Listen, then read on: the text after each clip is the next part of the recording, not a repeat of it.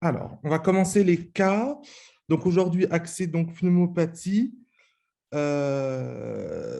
au sens large. On reverra un petit peu les infections pulmonaires les plus fréquentes. Ensuite, je vous ai fait un petit récap sur un peu les prises en charge des différentes PAC. C'est un petit peu confus, je trouve. On ne sait jamais trop quoi mettre en antibiotique, comme c'est du probabiliste. Mais en fait, vous allez voir que c'est assez simple. On va raisonner assez simplement. Et voilà, en fait, on traitera tout sauf les surinfections de BPCO. Alors bonjour, du coup on verra ça et juste à la fin je pense qu'on fera juste un petit rappel sur les mots-clés qui orientent parce que du coup il y a différentes pneumopathies, enfin il y en a quand même un nombre assez important et on peut voir, enfin vous allez voir déjà dans les énoncés qu'on vous a mis, qu'il y a déjà des situations, enfin un contexte ou des provenances géographiques, tout ça qui doivent de suite vous faire évoquer certains types de pneumopathies pour pas du coup, en fait, il y a plein de diagnostics différentiels dans les pneumopathies, donc voilà.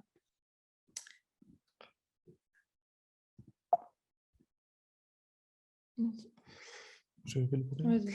Alors, K1, donc c'est Monsieur X, 68 ans, qui revient d'une cure thermale de 15 jours pour son arthrose chronique.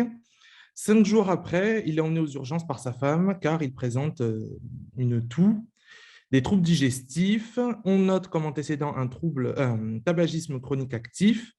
L'urgentiste décide de lui administrer de l'augmentin et 48 heures plus tard, après réévaluation, il n'y a aucune amélioration clinique, mais on retrouve des troubles neuro avec des types atypes de confusion et désorientation et son état nécessite une hospitalisation réa.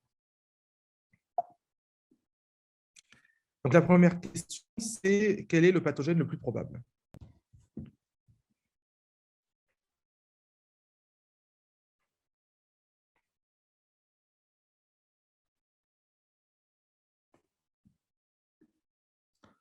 Alors effectivement, donc ça serait la Legionella. On verra pourquoi avec les différents arguments. Si le diapo veut bien se lancer, veut bien se lancer dans le bon sens. Donc effectivement, hein, c'est un tableau de pneumopathie. Pneumopathie sévère à Legionella ou légionellose pulmonaire grave sévère qui nécessite un passage en réa. Alors évidemment, les arguments que l'on peut évoquer, c'est l'argument thermal, donc milieu hydrique. Un patient à risque avec tabagisme chronique actif, un contexte avec une dégradation de sa fonction respiratoire qui est en plus obérée par le fait qu'il fume, une incubation qui va de 2 à 10 jours et surtout un échec du traitement bêta-lactamine. Au niveau de la clinique, vous savez que la clinique, elle est assez caractéristique hein, par rapport au pneumocoque. On va avoir en plus de la toux et des signes pulmonaires classiques, des signes digestifs et neurologiques, notamment à type de confusion et de désorientation, surtout chez le sujet âgé. Donc, faire attention surtout à ces signaux-là qui ne trompent pas et qui permet aussi de faire votre différentiel assez rapidement. Est-ce qu'il y a d'autres arguments à évoquer?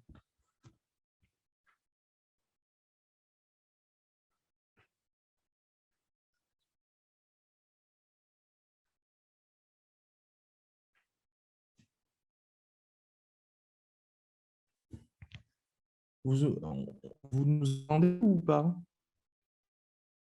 Oui, on entend. Ah oui, d'accord. Quand je voyais que moi, il y avait connexion Internet instable, je pensais que… Donc là, typiquement, dans l'énoncé, il y a un contexte thermal. Donc ça, bon, vérifiez quand même les autres par exemple, le tableau clinique, tout ça. Et si vous voyez au concours qu'on commence par vous dire que quelqu'un est allé dans une cure ou c'est surtout les cures thermales en fait, comme l'habitat, on va le voir, c'est un habitat naturel hydrique ou hydrotellurique, du coup, vous savez déjà que c'est une bactérie qui va facilement évoluer dans un milieu hydrique. Et puis en plus, ça touche souvent des personnes âgées. Et donc, comme disait Jean-Jo, au niveau des troubles neurologiques, ça va être surtout marqué chez les populations plutôt vieilles.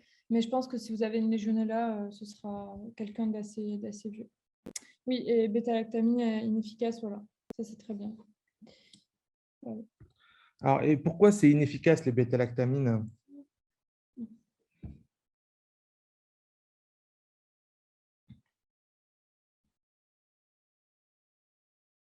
Ouais, c'est ça. Il n'y a pas de diffusion intracellulaire, c'est très bien. C'est très, très bien. Allez, ensuite, les caractéristiques. Donc là, je vous écoute. Alors, juste pour les caractéristiques, c'est bien de classer, quand on vous dit une question très vaste comme ça, quelles sont les caractéristiques du germe, de classer en caractéristiques bactériologiques, donc ben, on va voir, mais tout ce qui est gramme, aérobie, anaérobie, mobile, pas mobile. Après, une catégorie de caractéristiques, on va dire, culturelles, donc le milieu de culture, en combien de temps ça pousse, sur quelle gélose, tout ça, et les caractéristiques biochimiques. Comme ça, au moins, déjà, déjà, ça vous fait une copie assez cadrée dans la réponse, et puis au moins, vous n'oubliez rien. Voilà, bon, après, c'est du classique, hein, donc surtout sur les caractéristiques bactériologiques. Parler aussi de la transmission, surtout la transmission interhumaine qui est inexistante. La culture et l'antigénurie urinaire qui est fait en systématique dès lors que vous avez une PAC, même si ce n'est pas quelque chose d'hyper. Enfin, voilà, ce n'est pas parce que vous avez une antigénurie négative qu'on exclut le pneumocoque, mais ça a une belle valeur prédictive positive. C'est-à-dire que si jamais l'antigénurie est positive, alors là, vous pouvez taper sur la légionnelle. Alors, BCYE, faut-il expliquer? Oui, bah à la rigueur, tu mets. Hein, en tout cas, tu peux mettre bactérie. Je ne sais pas si on l'a mis bactérie exigeante, hein, parce que c'est un milieu extrêmement particulier. Voilà, est-ce qu'on aurait pu oublier quelque chose? L-cystéine, charbon, je pense que ce qu'a mis Charlène, c'est largement suffisant, hein, pas la peine non plus de décrire l'acronyme. Moi, je sais que je mettais un milieu contenant du charbon BCYE. Je n'ai jamais expliqué BCYE.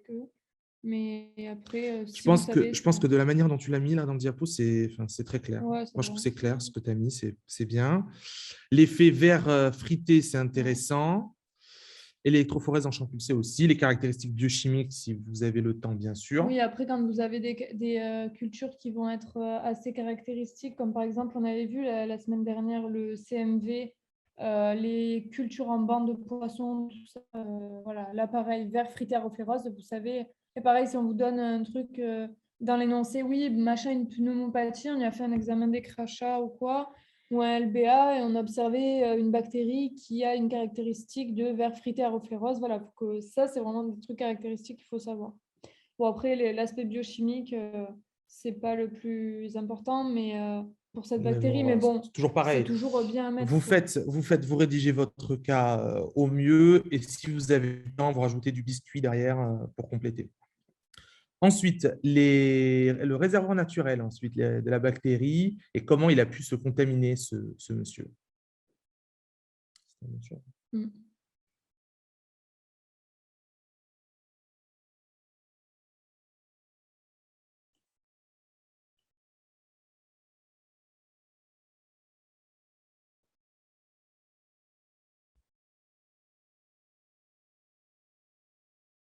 Pourquoi il a pu se contaminer? Un réservoir d'eau douce, sol humide. Donc la transmission, on a déjà dit deux mots.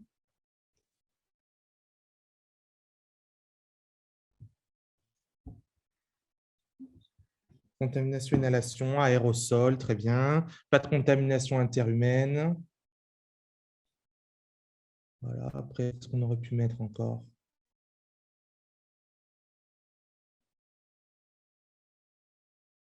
Voilà, on a dit l'essentiel. Hein. Non, moi, je trouve oxydase plus. Pour qui? Pour Pour celui qui a posé la question, oxydase moins. Florine, ouais. Oxydase Ah, plus. salut. Là, ça, c'était plutôt une oxydase plus. Pas de contamination. Contamination, évidemment, lors de la cure thermale. Et ça, surtout, pas de contamination interhumaine, c'est très, très important à rajouter. Même si on ne vous le demande pas, hein, dites-le. Que ce soit dans les caractéristiques ou si on vous demande le réservoir, voilà, vous mettez ou comment il a pu être contaminé, bah, c'est important de dire que ce n'est pas par quelqu'un d'autre. Après, voilà, les facteurs de risque, c'est toujours un peu les mêmes. Hein. C'est l'âge, le tabagisme actif, tout ce qui peut être finalement facteur de les comorbidités, les facteurs de fragilité liés à la personne âgée. Voilà, quand il y a quelqu'un qui présente un tabagisme chronique actif et qu'il a une pneumopathie, vous pouvez dire terrain pulmonaire altéré, déjà quoi, ça fait une source possible de pneumopathie quoi, parce que déjà le poumon n'est pas sain, donc ça peut plus facilement se développer quoi. Ok. Ensuite, question 4. Quels sont les prélèvements à effectuer? Alors là, il y en a pléthore.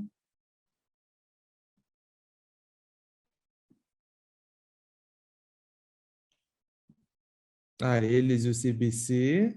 Alors, on va en discuter. Les urines, le liquide pleural, oui. Terrain déficitaire, oui. Terrain pulmonaire déficitaire. Donc, on verra un petit peu. Donc, déjà, sur les prélèvements, une NFS, c'est toujours sympa avec un iono. Toujours un petit bilan hépatique et une fonction rénale qui permet derrière d'orienter et de caractériser la tonne pulmonaire, mais aussi d'adapter les posologies à la fonction rénale. Et le diagnostic bactériaux avec l'antigénurie urinaire avec détection immunochromato, ça c'est hyper important. Tout ce qui est antigénurie, c'est important d'en parler. Évidemment, tout ce qui est PCR, mais bon, toujours pareil, hein, ça se fait, mais bon, en routine, c'est toujours quelque chose de discuté. Ça marche plus sur les virus que sur les bactéries, on va dire. Au niveau des cultures, on a déjà parlé, l'électrophorèse en champ pulsé. Très spécifique de légionnaire. Et la sérologie, bon, la sérologie, c'est toujours pareil, hein, c'est toujours des diagnostics un peu rétrospectifs qui n'ont pas grand intérêt parce qu'on cherche une prise en charge qui soit la plus ciblée possible, donc ça n'a pas grand intérêt. Après, tout ce qui peut être culture, tout dépend de la matrice, encore une fois, ça revient un peu à ce qu'on disait la semaine dernière sur Antox, tout dépend sur quelle matrice vous faites. Vous pouvez le faire sur des prélèvements respiratoires, comme vous les avez dit, liquide pleuraux, tout ça. Après, toujours pareil, hein, lorsque vous avez quelqu'un qui est déjà oxygénorequérant, tout ça, aller chercher dans les poumons ou d'aller faire des prélèvements, c'est toujours pareil, c'est embêtant. Donc, on essaie d'avoir quelque part un prélèvement qui soit le plus sensible et le plus spécifique possible, mais derrière qui est le moins invasif pour le patient. Mais bon, ici, les antigènes urinaires et la culture, c'est quand même ce qui est le plus important. Alors, il existe aussi, je ne sais pas si vous avez vu dans le doboc, des antigènes urinaires pour le pneumocoque, mais j'avais demandé à la prof et nous, elle nous avait dit que ce n'était pas forcément obligatoire d'en parler pour le pneumocoque parce que c'est vraiment quelque chose qu'on fait plutôt pour la légionnaire. Après, voilà, il y a plusieurs choses à voir et ce qui est intéressant aussi, c'est que c'est un faisceau d'arguments qui vous oriente.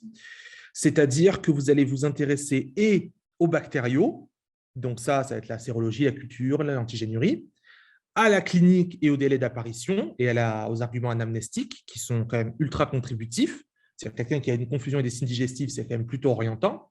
Et aussi, on n'en a pas parlé, mais des diagnostics paracliniques et à l'image radiographique. Parce que dans tout ce qui est pneumocoque, on aura plutôt quelque chose dans le cas des PFLA, d'assez ciblé au niveau lobaire. Dans les cas des pneumocoques, ce sera plutôt panpulmonaire et ça va être plutôt des images, on le dit toujours un peu de tout, mais les images en verre dépoli, là, scanner en verre dépoli. Ça marche pour le Covid, ça marche pour les pneumocystoses, ça marche un peu pour tout, quoi. Pour les pneumopathies, un peu total, quoi. Donc ça, les délais d'apparition, les arguments cliniques, les arguments, voilà, c'est un faisceau d'arguments qui est contributif et qui permet derrière d'orienter et de cibler. Là, en l'occurrence, si on s'intéresse à l'anamnèse, comme ce sont des traitements probabilistes, on verra. Est-ce qu'il y a une question sur le traitement? Je ne sais plus. Oui, quelles sont les modalités de traitement à mettre en place? On verra. C'est-à-dire que là, après, on vous a bien orienté sur la légionnelle, mais si jamais vous avez un patient qui arrive aux urgences, vous n'allez pas attendre les résultats bactériologiques, vous n'allez pas attendre les résultats microbiologiques. Ce que vous allez faire, c'est qu'une fois que le diagnostic de pneumonie aiguë communautaire est posé, vous allez d'emblée introduire une antibiothérapie large spectre. On est sur quelqu'un qui est en réa, on est sur quelqu'un qui a un facteur de gravité. Donc, on va couvrir les germes atypiques, les pneumocoques, les légionnelles. Donc, on fera une double antibiothérapie, souvent axée avec quinolone et céfotaxime, par exemple, donc C3G, ou C3G macrolide. Donc là, vous couvrez vos germes atypiques, vos légionnelles, et en même temps, vous couvrez votre pneumocoque et éventuellement vos SASM. Donc, vous couvrez un petit peu tout. Et ensuite, en fonction des résultats, vous ciblez. Vous allez peut-être, là, en l'occurrence, virer la C3G et remplacer par une autre molécule, ou vous allez cibler après, désescalader ou alors réduire le spectre. Ensuite, voilà, donc, concernant les modalités de traitement à mettre en place, le bilan préthérapeutique est important, surtout avec une enquête microbiologique pour détecter évidemment les autres cas s'il y en a. C'est une maladie à déclaration obligatoire.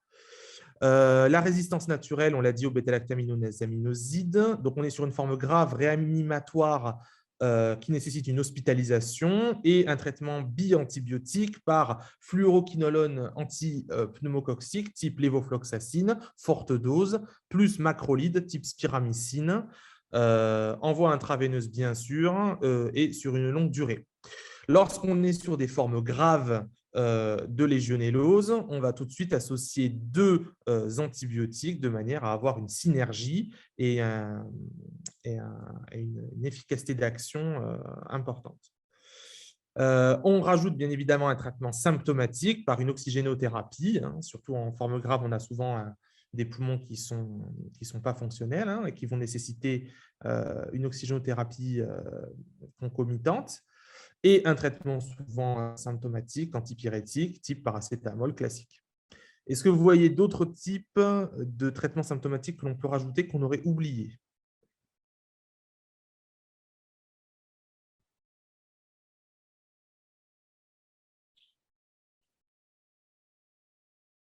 L'hydratation, bien sûr. Bon, après, il y a un peu tout ce qui est En commun. plus, il y a eu des vomissements. Ouais, vomissements, effectivement, on aurait pu penser à la réhydrate. Donc, réhydrate NaClG5 en alternance, de manière à corriger les troubles d'hydratation. Correction hydroélectrolytique, bien sûr, c'est vrai que ça, c'est un must-have, surtout en réa. Bah, après, voilà, quand on est en réa, souvent, voilà, il y a un problème de conscience et derrière, tout est passé par voie IV.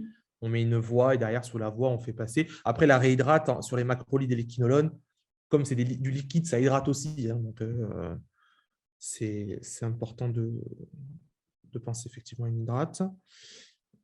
Bronchodilatateur possible, exacerbation. Ouais, c'est vrai qu'on peut en parler, ça a très bien joué sur tout ce qui est PAC. Ils mettent souvent ipratropium, terbutaline et derrière plus ou moins du salbutamol pour permettre effectivement de vasodilater les bronches et de faciliter l'oxygénation. Donc, c'est vrai que rajouter là, il faut rajouter ipratropium, terbutaline et salbutamol de manière à avoir à favoriser l'oxygénation et l'efficacité de l'oxygénothérapie. Ouais, c'est vrai qu'on aurait pu le dire. Bon, derrière, effectivement, vous détaillez quinolone, macrolide, si vous avez le temps, bien sûr. Ensuite, quelles sont les mesures de santé publique à mettre en place? Alors ça, on peut vous le demander, mais ça peut s'arrêter à la question 5, le cas.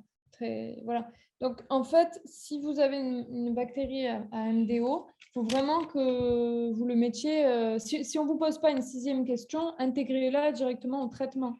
Parce que voilà, maladie déclaration obligatoire ou aquavigilance, oui. Si jamais c'est à l'hôpital que ça se déclare dans les tuyaux, je ne sais pas moi, comment ça s'appelle, la tuyauterie, tout ça, mais bon, à l'internat, si vous avez une légionellose, à mon avis, le mec, il sera forcément allé en cure thermale ou un truc comme ça. Donc là, ce sera alerter le centre thermal pour l'assainissement du système, et surtout la MDO. Et rechercher les cas autour pour pouvoir diagnostiquer et plus ou moins traiter s'il y a déclenchement de la maladie chez les autres personnes qui étaient dans les termes au même moment que le cas que vous avez. Alors, pourquoi on cherche plusieurs cas aussi, c'est important.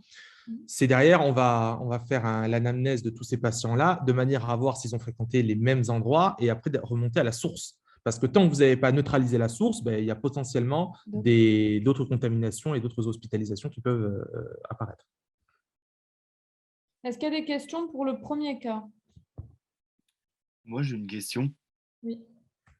C'est par rapport au prélèvement à proprement parler, dans tout ce qui est ECBC, aspiration endotrachéale et tout. Est-ce que dans cette situation-là, il y a un prélèvement particulier à faire ou on aurait pu tout faire? Après, c'est au cas par cas, j'ai envie de te dire. Après, c'est toujours pareil. Les ECBC, va demander à quelqu'un qui est déjà oxygénorequérant en réa de cracher. Franchement, bon courage. Après, peut-être que là, un LBA, ça peut se faire. Après, voilà, tu as la chance d'avoir l'antigénurie. Bon, tu peux toujours miser dessus. En fait, l'antigénurie plus ta radio, en vrai, ça t'oriente pas mal. Plus le contexte. Plus le contexte, plus l'échec de traitement. Voilà. Après, effectivement, si jamais tu es vraiment dans, tu ne sais pas, tu es paumé, tu n'as aucun argument, tu ne sais pas si c'est du pneumocoque, tu ne sais pas si c'est des bactéries atypiques, tu t'es vraiment paumé, derrière, oui, tu peux faire un prélèvement, un ECBC, un LBA. effectivement. Mais ça, tu le gardes vraiment sous le coude si vraiment tu es perdu, tu ne sais pas vraiment et tu n'as vraiment aucune orientation. Derrière, ça se fait, hein, effectivement. Hein, ça fait partie des arguments bactériologiques des pneumopathies. Après, ça serait bien j'espère que vous êtes au clair sur tout ce qui est prélèvement. Je ne sais pas si ça vous parle, les critères de qualité de Bartlett, d'accord? Vous savez, le fait que sur les ECBC, il y ait des critères de quantité et aussi de qualité. De quantité par rapport au PNN et de qualité par rapport aux cellules épithéliales qu'il ne faut pas avoir dans le prélèvement pour assurer sa qualité et son interprétation. Donc, derrière ça, c'est important. Et après, vous avez des seuils aussi en fonction de si vous avez des prélèvements distaux protégés, c'est ce qu'on fait le plus souvent, ou des LBA. Dans le traitement, on dit forme non grave et sévère. Car là, comment on sait si c'est forme grave ou non? À partir du moment… Là, on verra ça tout à l'heure. On verra ça tout à l'heure, les formes graves ou non. Il y a tout un tas de critères. Et les critères, à mon avis, qui ne sont pas trop à savoir. Donc là, on va faire un petit rappel sur les PAC. Donc, on y va. Donc, les PAC, en fait, on peut… Alors ça, c'est très personnel. Hein, moi, c'est comme ça que je le vois, mais on peut le voir tout à fait autrement. Il y a différentes types de pneumopathies. Les pneumopathies dites non graves. Alors, comment on détermine ça? On détermine ça par rapport à des critères de gravité qui sont définis. Franchement, moi, je trouve qu'il n'y a pas grand intérêt de les savoir. Les signes de gravité, c'est un peu celles qui correspondent un peu au risque, au score CRB. C'est un peu pareil alors CRB, c'est pour les confusions, les cycles respiratoires, les signes d'hypotension et d'hypoperfusion artérielle, l'âge, 65 ans. Grosso modo, c'est quoi les signes de gravité? C'est les atteintes de vigilance. C'est pour ça qu'il y avait des orientations. La fréquence cardiaque, qui est inférieure à 30 cycles par minute. La tension artérielle inférieure en systolique, inférieure à 90. La fréquence cardiaque, bref, la gravité, finalement, c'est un peu tout le signe de choc, en fait, de choc critique. Les signes associés, c'est les signes de cyanose, de marbrure, bref, tous les signes qui font penser à un sepsis. Ça, c'est les signes de gravité qui nécessitent forcément une hospitalisation. Lorsque c'est non grave, on va voir si on hospitalise ou pas. Moi, voilà, Jean-Jo, j'ai une toux, je tousse. Je n'ai pas de signes de confusion. J'ai des signes respiratoires et hémodynamiques qui sont tout à fait stables. Je n'ai pas 65 ans. Je vais voir mon médecin traitant. Il va me donner un antibiotique si jamais il juge que c'est intéressant. Il va me donner de l'augmentin. Si jamais je suis à risque de comorbidité, immunodéprimé, confus, tout ça, on va avoir avec des troubles hémodynamiques légers, qui ne sont pas en état de choc, mais avec des cycles respiratoires un peu augmentés, etc., ou alors avec un âge supérieur à 65 ans. Dès lors que j'ai un des critères CRB, je vais avoir une hospitalisation. Cette hospitalisation, derrière, on va regarder ces arguments pneumocoque, oui ou non. Si j'ai un argument pneumocoque, c'est-à-dire j'ai à l'imagerie une image pneumocoque, j'ai sur mes prélèvements des coxygrammes plus en chaînette. Dans ce cas-là, je vais plutôt m'orienter vers le pneumocoque et je vais mettre de l'amoxicilline forte dose. Forte dose, pourquoi? Pour couvrir le risque de PSDP. Ça va, cette histoire de PSDP? Donc, pneumocoque, sensibilité diminuée au pénicilline. Rattrapé par la forte dose. Pourquoi là, je ne vais pas faire une double antibiothérapie comme c'était grave? Parce que lorsque c'est non grave, j'ai un peu plus de temps. D'accord? Donc, si jamais j'ai un échec à 48 heures, je vais pouvoir faire un switch par macrolide. Si jamais je n'ai pas d'argument, je suis perdu, je ne sais pas si c'est du communautaire, je ne sais pas si c'est du intracellulaire, je ne sais pas si c'est du pneumocoque, je ne sais pas si c'est une pneumopathie à mycoplasme ou à chlamydia, je suis perdu. Je suis quelqu'un de jeune, pas de souci, je fais la même stratégie, je mets de l'amoxicilline et si jamais ça ne marche pas, je vais faire switch macrolide. Par contre, je suis âgé, j'ai des comorbidités, je ne suis pas grave, attention, je suis à risque de complications. Dans ce cas-là, je vais mettre de l'augmentin pour couvrir derrière mon pneumocoque, mon hémophilus aussi. Et si jamais j'ai un échec, je vais pouvoir balancer mon macrolide si jamais j'ai un souci. Augmentin ou C3G, C3G, bon, parce que ça. Pourquoi on préfère peut-être la C3G chez les personnes âgées à comorbides? Parce que la C3G, c'est à des CMI très basses pour le pneumocoque en Europe. Donc, avec des doses très faibles, entre guillemets, d'augmentin, de C3G, de céfotaxime, par exemple, vous allez casser l'inoculum et détruire plus facilement le pneumocoque s'il y est ou les autres germes. Et l'augmentin, vous avez des risques aussi d'encéphalopathie, donc de confusion, tout ça, surtout chez l'insuffisant rénal et chez le sujet âgé. Donc voilà, donc peut-être qu'on préfère la C3G. En cas de gravité, on va couvrir tout, d'accord? On ne va pas se dire, on ne va pas jouer au pari de « Ah, est-ce que c'est plutôt un pneumocoque » ou « Ah, est-ce que c'est plutôt un germe atypique ?» Là, on couvre tout. On couvre les LP, les Legionella pneumophila, SP, le streptopneumoniae, et les atypiques, donc mycoplasme, tous les germes un peu bâtards qui existent. Donc là, les germes bâtards atypiques, grosso modo, ils sont couverts par un seul type de molécule, grosso modo, c'est les quinolones, les macrolides. Tout ce qui va être le reste, donc surtout, et surtout le pneumocoque, c'est les C3G. Pourquoi C3G? Je vous ai expliqué, parce que sensibilité extrêmement importante du pneumocoque pour les C3G, car il y a une CMI très basse en Europe. Donc là, on va mettre la C3G pour couvrir le pneumocoque, grosso modo, plus ou moins les FQAP ou les macrolides pour couvrir tout le reste, pour couvrir la légionelle et les atypiques. Hop. Alors, j'ai raté. Ensuite, ça, c'est le cas. Alors, le cas A, c'est ce qu'on a vu là il y a 2 secondes. Le cas B, c'est dans le cas donc, des suspicions de pseudomonas. Dans ce cas-là, on va mettre céphépime, amikacine et macrolide. Donc, on couvre encore plus large avec la céphépime ou alors la pipéracilline.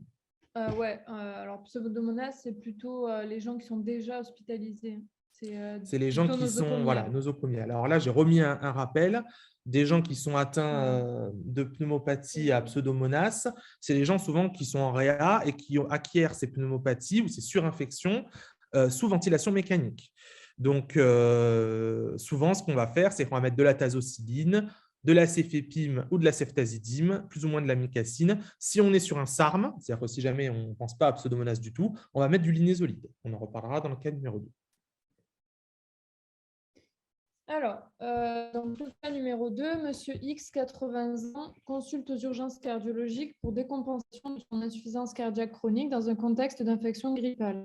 Celui-ci présente une forme grave du virus et est hospitalisé en réanimation suite à un syndrome de détresse respiratoire et vous aurez très bien pu avoir le Covid, mais je pense que c'est un peu trop récent pour que vous l'ayez au concours.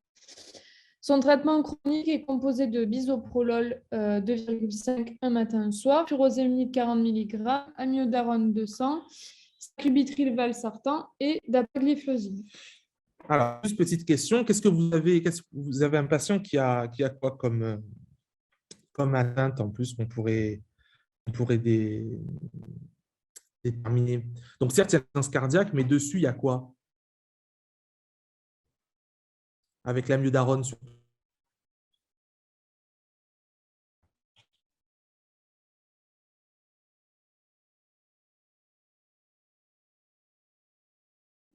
Voilà, donc c'est un trouble du rythme associé, d'accord? Souvent, c'est ça. Souvent, ce qui se passe, c'est qu'on a quelqu'un qui est coronarien, qui fait son infarct. Sur son infarct, il fait son insuffisance cardiaque. Et le fait qu'il y ait une partie nécrotique, ça va perturber la dépolarisation et la propagation électrique au sein du myocarde. Et du coup, qu'est-ce qui va se passer? On va avoir la propagation du signal électrique qui va taper contre une partie nécrotique. Et ça, c'est pour vous dire d'arythmie. Ensuite, donc, question 1, les 3 situations pathologiques qui peuvent aboutir à une décompensation. Donc, dites-moi par écrit ou par oral. Oui, alors une infection, très bien. Un OAP. Un OAP, c'est peut-être pneumocoque, grippe. Ouais, OAP, c'est peut-être plus. OAP, c'est un signe de décompensation, mais c'est pas, c'est la conséquence plus que la cause. Pneumocoque, grippe, très bien. Infection, oui. Ensuite, à part l'infection. Ça en avait plein d'autres. On en a mis 3, mais. Insuffisance rénale, ouais, oui. Très bien. Ok. L'asthme, la BPCO, oui. Une crise d'asthme, écart de régime, oui. Avec quand on ne fait plus la restriction hydrosodée qui est préconisée, par exemple. Ou des fois, vous avez, d'ailleurs, vous pouvez la voir, je crois que c'était dans les annales, quelqu'un qui mange beaucoup d'huîtres à Noël et qui se trouve en décompensation, c'est parce que comme les huîtres, elles sont super salées, ça lui fait un apport sodique trop important et du coup, ça déséquilibre tout son système cardiaque et la réabsorption de sel trop importante au niveau rénal. Donc, grippe, pneumocoque. Après, il y a tout ce qui va être anémie aussi. Donc, les anémies, ça va provoquer de facto. On va juste mettre la correction, Ouais. parce que c'est bon. Donc, infection, que ce soit des fois même, entre guillemets, une simple grippe, voilà. Déshydratation, donc dans un contexte d'été ou par manque d'apport, où il y a trop jeûne, avec par exemple des diurétiques qui auraient été trop fortement dosés. Et une anémie aussi, donc que ce soit une anémie fériprive ou une anémie, par exemple, moi j'avais vu l'exemple de quelqu'un qui était insuffisant cardiaque et qui était sous Bactrim et on n'avait pas supplémenté le patient en acide folinique et du coup il était à risque de faire une anémie macrocytaire et dans ce cas-là ça aurait pu entraîner une décompensation. Ensuite, il y a aussi l'altitude, donc tout ce qui va être manque d'apport aussi en oxygène. Donc, tout ce qui va faire forcer un peu plus le cœur que d'habitude, c'est à risque de décompensation. Vraiment un effort important. Ouais, mais c'est toujours... Ouais. Voilà. Ensuite, l'ordo. Ah oui. Oui, mais alors, bon. Donc là, je pense que je pense que vous les connaissez, la plupart des médicaments. Donc, j'ai fait un petit tableau. Comme d'habitude, on vous donnera la correction détaillée. Alors, donc le bisoprolol, c'est un bêta-bloquant cardio-sélectif sans activité sympathique intrinsèque, sympathomimétique intrinsèque.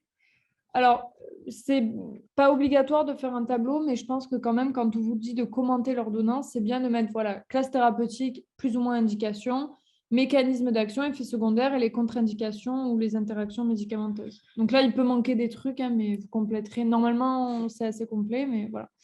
Donc, le bisoprolol, le mécanisme d'action, c'est donc les bêta-bloquants sont des antagonistes compétitifs des catécholamines endogènes au niveau des récepteurs bêta.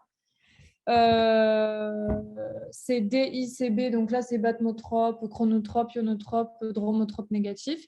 Et ça va diminuer le débit cardiaque, les résistances périphériques, la conduction, l'excitabilité. Les effets secondaires, on va pas, vous les connaissez, mais ça, c'est pareil. C'est comme les effets secondaires des glucocorticoïdes. Ça serait bien que vous trouviez un moyen mnémotechnique personnel pour ne pas oublier d'effets secondaires au niveau des bêta-bloquants parce que c'est quand même assez fréquent qu'on vous le pose la question dans les annales. Les contre-indications, pareil, à prendre, surtout l'asthme, en fait, par manque de sélectivité sur les récepteurs bêta-2 qui va provoquer une bronchoconstriction.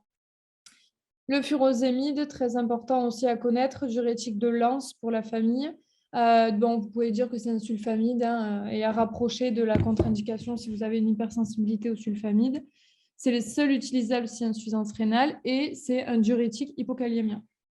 Le mécanisme d'action, ça va inhiber la réabsorption de l'eau et du NaK2Cl. En fait, ça, c'est à rapprocher du mécanisme d'action pharmacologique. Ça a un effet natriurétique, donc vous urinez le sel pour du coup baisser la tension. Les effets secondaires principaux, ça va être en fait des troubles plutôt ioniques au niveau donc du potassium, calcium, Na et magnésium. Ça va faire hypo. Et oui, les cardiosélectifs. Oui, pardon, là, les effets secondaires et les contre-indications, j'ai mis pour les bêta-bloquants en général. Mais du coup, c'est vrai que oui, si les cardiosélectifs, il y a pratiquement pas. Enfin, il y a un peu de risque, mais il y a moins de risque que ça agisse sur les bêta-2. Mais c'est vrai. Donc, furosémide, voilà, et autotoxique à forte dose avec une potentielle alcalose métabolique. Donc, si par exemple, vous avez mis un bilan bio avec une alcalose métabolique et quelqu'un qui a 2 ou 3 traitements, dont le furosémide, ça peut être une cause d'alcalose si c'est vraiment dosé. Ensuite, l'amiodarone, donc là, apprenez bien les classes d'antiarythmiques, qui appartient à quoi, parce que ça peut tomber aussi en QCM. Donc là, c'est un inhibiteur des canaux K+, et ça a une petite partie d'antagonisme des récepteurs alpha et bêta adrénergiques. Au niveau des effets secondaires, vous avez des microdépôts cornéens la pigmentation, photosensibilité, surtout des dysthyroïdies. D'ailleurs, la plupart du temps, soit si un patient qui a une dysthyroïdie après mise sous amiodarone, soit vous l'arrêtez, soit si ce n'est pas une dysthyroïdie énorme, vous pouvez compenser avec du lévothyrox ou des antithyroïdiens de synthèse selon la nature de la dysthyroïdie. Les troubles neuro, cardio, hépatiques, en fait, l'amiodarone, c'est quand même il y a des effets secondaires assez multiples. L'Entresto, donc c'est la spécialité, mais c'est sacubitril valsartan. Donc en fait, vous allez avoir le sartan, vous le savez, c'est l'antagoniste préférentiel de l'angiotensine 2 sur les récepteurs AT1. Plus, c'est une forme qui va être combinée avec le sacubitril, qui est un inhibiteur de la néprilysine qui, du coup, normalement détruit la néprilysine, le valsartan. Donc là, ça va potentialiser l'effet du sartan. Et les effets secondaires, c'est les effets secondaires des sartans que vous connaissez. Avec une contre-indication de la grossesse. Donc là aussi, des fois, vous pouvez avoir des traitements antihypertenseurs avec une femme enceinte. Donc là, je vous conseille d'apprendre ceux qui sont préconisés chez les femmes enceintes. Et alors, la dernière classe, les glyphlosines, peut-être que vous ne la connaissez pas, mais c'est des nouveaux traitements, c'est des traitements assez récents, notamment la dapagliflozine pour le traitement de l'insuffisance cardiaque, donc avec des traitements qui sont normalement donnés pour les personnes qui ont des fractions d'éjection ventriculaire gauche inférieures à 40, mais là, c'est en train de changer. Donc, en fait, ça va inhiber la réabsorption du sucre au niveau du transporteur rénal SGLT2. Et du coup, le sodium aussi va être... la réabsorption du sodium va, elle aussi, être inhibée.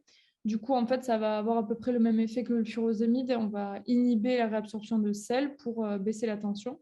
Alors là, de par son mécanisme d'action, l'effet secondaire principal, ça va être la glycosurie. Et du coup, vous allez avoir un milieu urinaire qui va être plus sucré, donc propice à la prolifération bactérienne, donc avec un risque d'insuffisance urinaire, un risque de déshydratation, d'hypotension si c'est pareil, si c'est trop dosé. Et là, attention, de par son mécanisme d'action aussi, si vous avez une insuffisance rénale trop importante, donc avec un DFG inférieur à 25, vous avez un risque d'inefficacité. DFG, j'ai mis le signe, j'ai inversé le signe, je changerai. Après, voilà, pour compléter peut-être ce qu'a dit Charlène, tout ce qui est sur les glyphlosines, là où c'est un intérêt important, c'est les gens qui sont et diabétiques et insuffisants cardiaques. Derrière, au lieu de mettre 2 molécules, vous n'en mettez qu'une et du coup, vous améliorez l'adhérence thérapeutique. Apparemment, maintenant, on ne dit plus l'observance, on dit l'adhésion. Et du coup, ça fait une pierre deux coups, quoi. Vous empêchez et la réabsorption du sodium et du sucre. Et derrière, vous favorisez vous corrigez les deux pathologies. Voilà, parce qu'en fait, c'est ça. De base, c'était antidiabétique, puis on s'est rendu compte que ça faisait remonter le FEVG selon certaines personnes si le traitement est initié le plus tôt possible, tout ça. Et donc, ça améliore la fonction cardiaque. Alors ensuite, on avait... Je peux passer sur l'énoncé. Il y a l'énoncé déjà. Non, il ne faut pas qu'il soit diabétique forcément. Non. En fait, de base, c'est utilisé pour diabétique, mais maintenant, c'est pour les insuffisants cardiaques aussi. Alors, donc, 4 jours après le début de l'hospitalisation, le patient présente une surinfection pulmonaire caractérisée par une toux productive et une fièvre. Les cultures cellulaires sur sécrétion bronchique sont réalisées et révèlent des coccygrammes plus disposés en grappes de raisin. Donc là, quel est le diagnostic à évoquer et la source de contamination? Donc, sachant qu'il est dans un contexte grippal, post-grippal. Alors, pneumopathie post-grippale à Staph aureus, ouais, c'est ça. Alors, juste, on va voir. Voilà. Donc, on évoque une pneumopathie post-grippale à Staphylococcus aureus d'origine nosocomiale. Alors là, les arguments, donc au niveau du contexte, donc on est sur un contexte donc post-grippal, une surinfection post-grippale. Au niveau de la bactérie, quand même, on vous oriente assez bien dans l'énoncé, sachant que l'examen des cultures cellulaires des sécrétions bronchiques montre des coccygrammes plus disposés en grappes de raisin. Donc là, vous ne pouvez pas vous tromper, il n'y en a qu'un. Vous savez que ce germe, c'est dans le top 3 des plus fréquents sur les surinfections pulmonaires avec le pneumocoque et Haemophilus influenzae. Mais comme on vous dit que c'est un coccigramme plus en grappe de raisin, bah là, c'est sûr que c'est Staph aureus. Et au niveau de la chronologie, c'est 4 jours après son hospitalisation. Donc déjà, on sait que si c'est plus de 48 heures après une hospitalisation, c'est d'origine nosocomiale. Et là, en fait, la durée d'incubation d'une surinfection pulmonaire, c'est entre 4 et ça va jusqu'à 14 jours. Mais bon, on va dire 4 à 10 jours. Donc là, vous êtes bien au niveau de la chronologie. Après, au niveau des signes cliniques, vous vous doutez bien que le tableau de pneumopathie, il est quand même assez clair, avec une toux productive et une fièvre. Et généralement, là, je ne l'ai pas mis, mais vous avez votre infection primitive. IAS, c'est infection associée aux soins. C'est la nouvelle mode, c'est la nouvelle façon de dire nosocomiale. Et en fait, normalement, vous avez la grippe ou une pneumopathie quelconque, par exemple une PAC à pneumocoque, plus une phase après d'apyrexie, donc où le patient semble s'améliorer. Et après, il y a une reprise de la toux qui est plutôt productive et une remontée de la fièvre. Et en fait, là, c'est pas que votre infection primitive n'est pas soignée. Non, elle est soignée. C'est juste que vous avez une surinfection. Donc, sur un terrain pulmonaire altéré, vous allez avoir une nouvelle bactérie qui va vous créer cette surinfection, en fait. La période d'incubation, c'est à peu près 4 à 10 jours après ton infection primitive. Et entre les deux, tu auras généralement une phase d'apyrexie. Et le contexte épidémiologique, infection grippale qui augmente la prévalence des infections à gramme plus, à coccigramme plus même. Donc là, vous aviez quand même... voilà, mais c'est important de mettre les mots-clés comme pneumopathie post-grippale, au germe, si vous supposez un germe, là, c'était assez clair, le germe, et surtout l'origine nosocomiale, et donc ce contexte de surinfection déjà sur une infection primitive. Ensuite, donc, la quatrième question, c'est quel est le traitement à mettre en place, sachant qu'il s'agit d'une forme de la bactérie résistante à la méticilline. Donc, c'est le SARM. Donc là, vous allez réfléchir par rapport à l'antibiothérapie que vous pouvez mettre en place. Je vous écoute.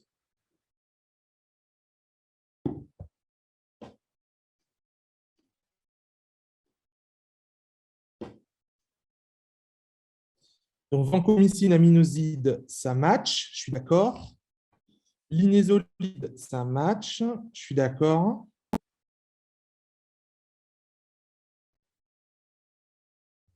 Est-ce qu'il y en a d'autres?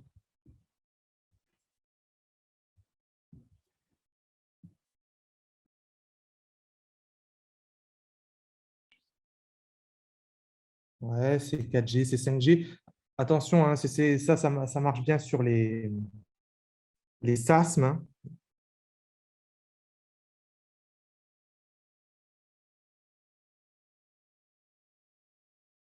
Tout ça, ça ne couvre pas les SARM, hein. Quinolone, ouais.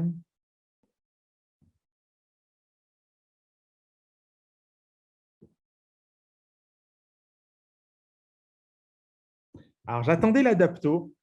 Alors, l'adapto, elle couvre bien les SARM, sauf qu'elle est inactivée par le surfactant au niveau pulmonaire.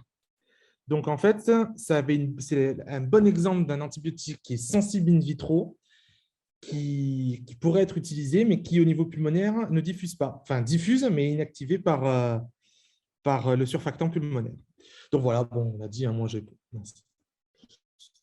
dit... alors, j'ai oublié de vous mettre l'antibiogramme de base, mais bon, au final, je l'enlève, hein. Linésolide, dapto, synergestite, glycopeptide. Bon, au final, ce qu'on aime bien faire de plus en plus, c'est de l'inésolide plutôt que la vanco. Alors, pourquoi? Parce que l'inésolide, c'est une activité antitoxinique. Et le gros risque, vous savez, c'est les pneumopathies à leucocidine, hein, qui sont extrêmement mortelles, hein. Je crois qu'il y a un quart de mortalité, 25%, ce qui est énorme. Du coup, ce qu'on fait en général, c'est qu'on met l'inésolide pour couvrir ces germes, comment on appelle ça, toxiniques. Voilà, donc, pour couvrir ce risque toxinique et éviter la mortalité, et limiter la mortalité, on va préférer du linésolide, plus ou moins effectivement des aminosides pour casser l'inoculum. Après, voilà, vancomycine, aminoside, ça s'entendait aussi. Voilà, ensuite, Et bien sûr, adapté selon l'antibiogramme. l'antibiogramme. Ça. Ok, donc ça, c'était pour le traitement. Déclaration au CLIN des infections nosocomiales, voilà, on l'a dit, mais c'est quand même important que ce soit pour les MDO à l'ARS ou pour les maladies nosocomiales, le CLIN. Bah, combien de temps? Alors, c'est sur ça, bah, c'est au moins 14 jours, quoi, hein. C'est ça, il me semble. On vous le On vous le détaillera détaillera, il me dans semble, la ça. correction écrite. Alors, pourquoi on ne peut pas suspecter pneumocoque? Alors, tu aurais pu suspecter un pneumocoque, effectivement, mais comme tu as des coccis en grappe de raisin, en vrai, ça t'oriente plutôt dans le truc. Après, je vais te dire, en vrai, ça, c'est vraiment dans le cadre internat, où on t'oriente, commence pas à changer le truc en disant c'est un pneumocoque. Là, on te dit c'est grappe de raisin, donc dans ta tête, c'est staph. Dans la vraie vie, les bactériaux, les microbiaux, parfois, ils se trompent, hein. Entre agrappe, ama, bon, parfois, c'est un peu flou. Tu ne prends pas de risque, tu mets ton linésolide, tu mets ton linésolide. Ton linésolide, il va aussi couvrir ton pneumocoque, tu es tranquille. Donc là, au moins, tu es à l'aise. Mais effectivement, ouais, c'est vrai que dans la vraie vie, tu couvres au plus. Tu vois coccigramme plus, tu couvres indifféremment pneumocoque que staph. Après, là, vous pouvez très bien mettre un diagnostic différentiel avec Haemophilus influenzae et pneumocoque, même si on vous a dit que c'était un plus en grappe de raisin. Comme vous savez que ces deux autres germes sont au niveau de la fréquence souvent observés dans des surinfections pulmonaires, bon, vous pouvez toujours le mettre en diagnostic différentiel.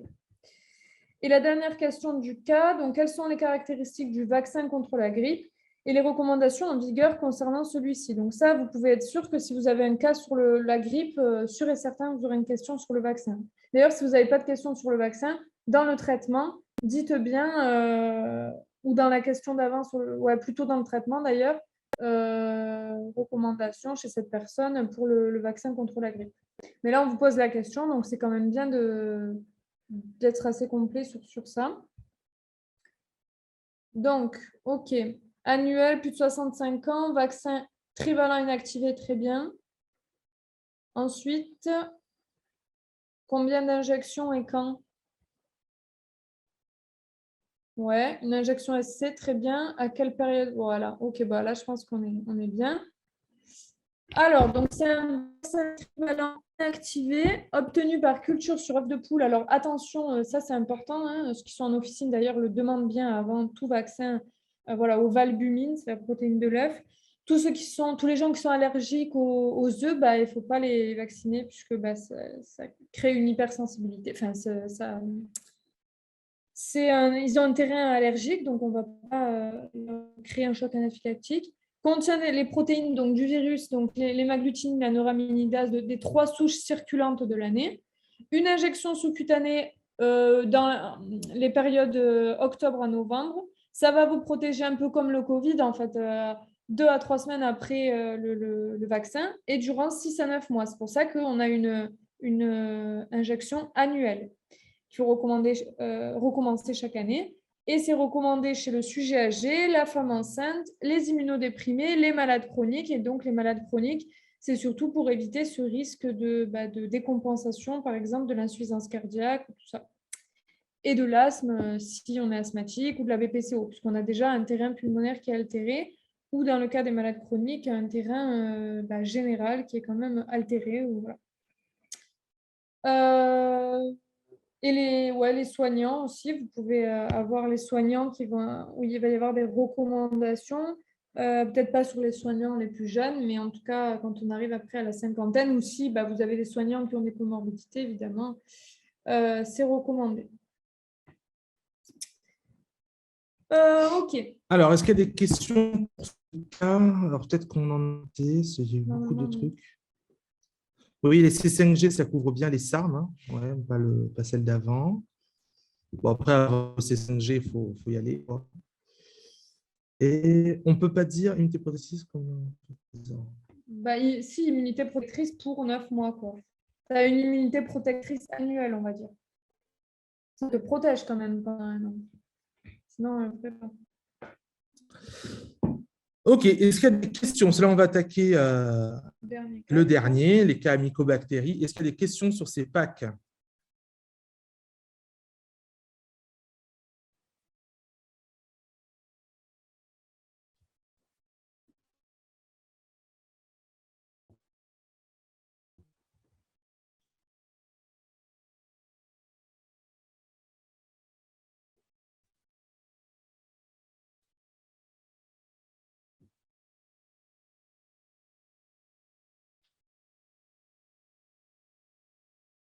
Alors, les tétravalents pour la grippe, on peut en parler. Ça existe. Après, bah, je sais que nous, on avait appris qu'il n'y avait que des trivalents, mais en soi, oui, tu peux aussi les citer. Après, ça va. Bon, non, oui, tu peux Ouais, dire tu vaccin sais. tétravalent ou trivalent. Plus tu couvres, Inactivé. plus tu en cours, mieux c'est. Oui, oui, voilà. Mais les deux, du coup. Ouais. Bon, allez, ça va. Allez, dernier cas. Donc, Madame X, originaire de Guyane, se présente aux urgences. Elle rapporte une toux constante et productive depuis un mois avec sueur nocturne, avec amélioration matinale. On retrouve une altération de l'état général associé. Un bilan parasitomycologique a été effectué et écarte une pneumopathie relative à ces agents-là. Donc, pas d'origine mycologique ni pas d'origine parasitaire. Son traitement chronique comprend une pilule aux oestrogènes, vous nous voyez peut-être venir, et on note une primo-infection tuberculeuse dans l'enfance. Alors, le diagnostic à évoquer.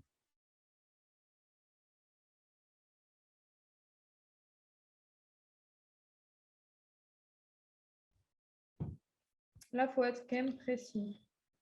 Ouais, très Voilà, très précis. bien. Alors, plus précis qu'Ouliana, peut-être, Léo. Effectivement, tuberculose, c'est quelque chose d'assez général, certes. Tuberculose maladie, c'était le mot-clé attendu. Oh mince, qu'est-ce que j'ai fait? Puisqu'en fait, là, on vous disait, bon, on va le voir avec les arguments, mais quand vous avez un sujet, donc il y en a qui ont d'abord, la plupart du temps, c'est une primo-infection tuberculeuse. Et après, cette primo-infection, donc là, bah, on vous l'avait dit dans l'énoncé, mais c'est pour que vous soyez plus précis dans le diagnostic, en disant que c'était bien la tuberculose maladie. Et si ça ne se transforme pas en tuberculose maladie, vous pouvez avoir une infection tuberculeuse latente qui, elle, va se déclarer en tuberculose maladie plus tard suite à une immunodépression, un grand âge ou simplement une reprise évolutive, comme dans le cas de cette patiente, puisque a priori, elle n'a pas de terrain d'immunodépression ou elle n'est pas âgée. Alors, Léo, tu nous dis, à complexe tuberculosis. Pourquoi tu dis ça? Parce que c'est intéressant. Enfin, je trouve ça intéressant.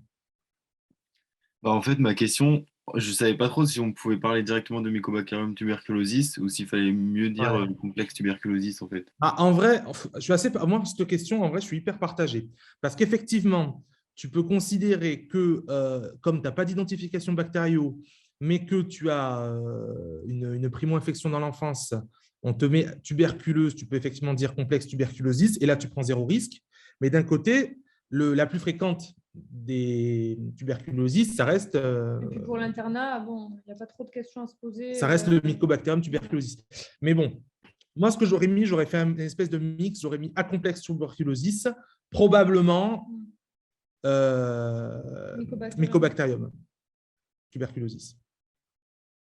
Moi, j'aurais fait un truc comme ça. Mais effectivement, parce que le problème, c'est que tu n'as pas, là, tu es en Guyane, tu n'es pas dans la région parisienne où on sait qu'il y a beaucoup de, voilà, tu n'as pas forcément l'écologie. En Guyane, tu es en zone endémique quand même. Donc, bon, tu es… Moi, je crois qu'aussi en Guyane, c'est quoi, tu me dis? Guyane ou Île-de-France. Ouais, Guyane, Île-de-France, c'est les mêmes écologies, Après, c'est-à-dire Mycobacterium plus. Mm. Donc en vrai, ouais. Mais si tu veux pas prendre de risques, ou alors comme là, tu sais pas si machin, tu peux toujours mettre ça et après tu rajoutes un petit probablement A.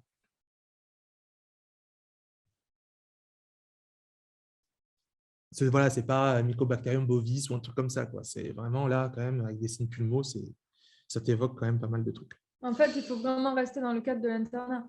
quelles sont les bactéries qu'il y a dans votre livre et laquelle ça correspond, c'est tout. Voilà. Ouais, mais voilà, moi, Après, je comprends ta question. moi, j'aurais mais, mis probablement A, parce que c'est vrai que comme tu n'as pas d'identification bactérienne, tu ne peux pas sur Ouais, après, je pense qu'à sur un l'internat, ils truc. auraient mis infection tuberculeuse à Ouais, mycobacterium un tuberculosis. antécédent à Oui, Mycobacterium oui, tuberculosis, ouais, peut-être. Bon, Mais ça bon. se discute, hein, mais c'est intéressant.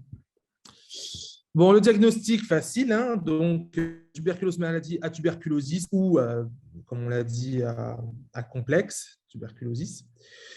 C'est un bacille acido-aminorésistant, ambar, quoi, acido-alcoolo-résistant, pardon, riche en acide de hein, qui confond la paroi, avec différents arguments, toujours les mêmes choses, hein, anamnestique, avec la zone endémique, avec un antécédent pendant l'enfance de tuberculose maladie qui va derrière, des années plus tard, se réveiller.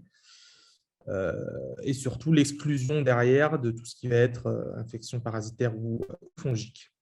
La clinique, évidemment, avec sueur nocturne et à rémission matinale. L'AEG, la toux. On aurait pu rajouter des arguments biologiques aussi. Je ne sais pas si c'est l'objet de votre question. Oui. Qu'est-ce qu'on peut avoir en biologie comme perturbation? Cela, il n'y a que de la clinique, mais il peut y avoir de la biologie aussi.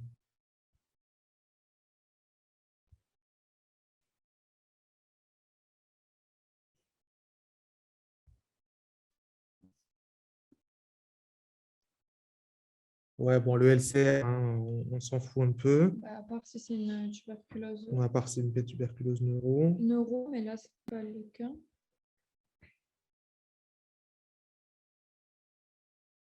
Mais oui, c'est bien de parler d'hypochlorurachie dans le cadre de méningite à bacille de corps. C'est le seul qui fait ça, que vous devez apprendre, il me semble. C'est important. Voilà, syndrome infectieux. Ne pas oublier aussi les perturbations aussi des gaz du sang parce que derrière, on a une altération pulmonaire. Voilà, hein. Grosso modo, c'est ça. Mais bon, non, il n'y aura jamais de bio à commenter sur la tuberculose, à part si c'est une méningite. OK. Allez, next. Donc, question 2, quels sont les examens à effectuer et les résultats attendus? Bon, là, vous avez effectivement l'imagerie, hein, avec les opacités nodulaires, tout ce qui peut être cavitation aussi.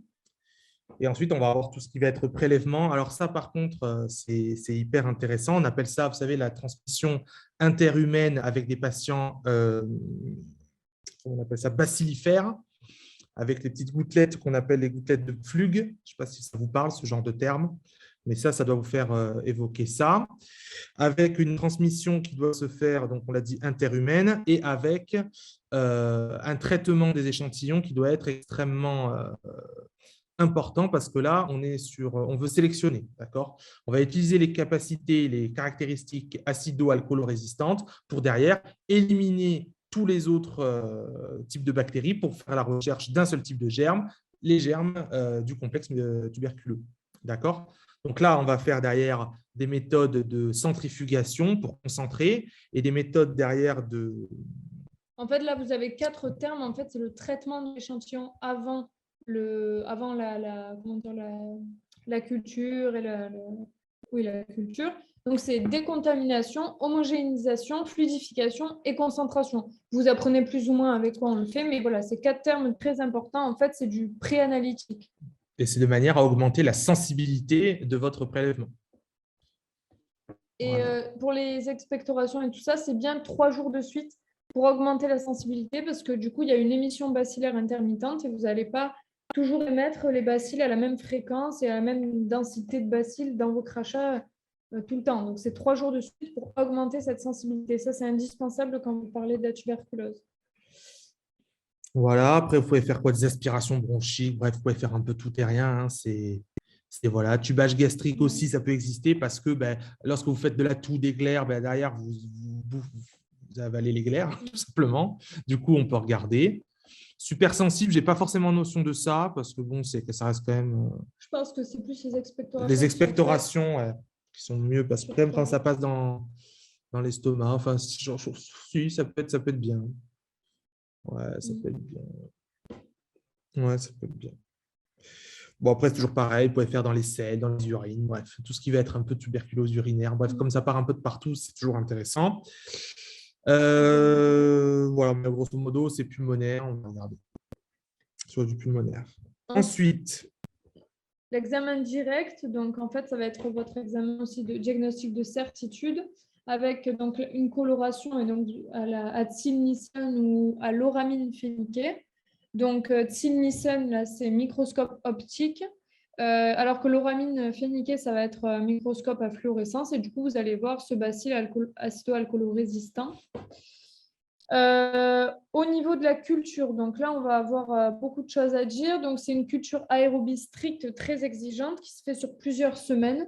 Et en fait, cette culture, elle va vous permettre d'identifier donc le germe et de réaliser l'antibiogramme qui est obligatoire puisqu'on a un nombre important de possibilités de résistance dans le traitement, d'où le traitement en association avec plusieurs molécules.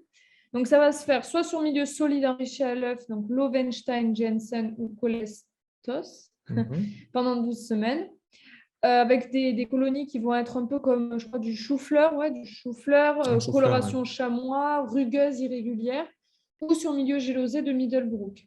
Donc, ça, c'est milieu solide. Ou sinon, vous avez des milieux liquides qui vont être faits en parallèle des milieux solides, comme le Middlebrook liquide, où là, vous allez avoir une apparition plus rapide, donc à peu près en 6 semaines, mais c'est quand même long. Voilà, avec des colonies qui vont se former vers le 10e ou le 14e jour. Et donc voilà, donc ça c'est pour la culture, donc surtout culture exigeante, longue, pour l'identification et pour l'antibiogramme, avec 2 types de milieux, des milieux solides et des milieux liquides. Sachant que les milieux liquides ont des résultats plus rapides que les milieux solides. Et du coup, qui dit milieu qui croissent plus rapidement, derrière, permet de négativer un résultat plus rapidement et d'éliminer la tuberculose plus rapidement. Ensuite, il y a une chose, alors peut-être qu'on ne l'a peut-être pas assez détaillé, c'est derrière la PCR.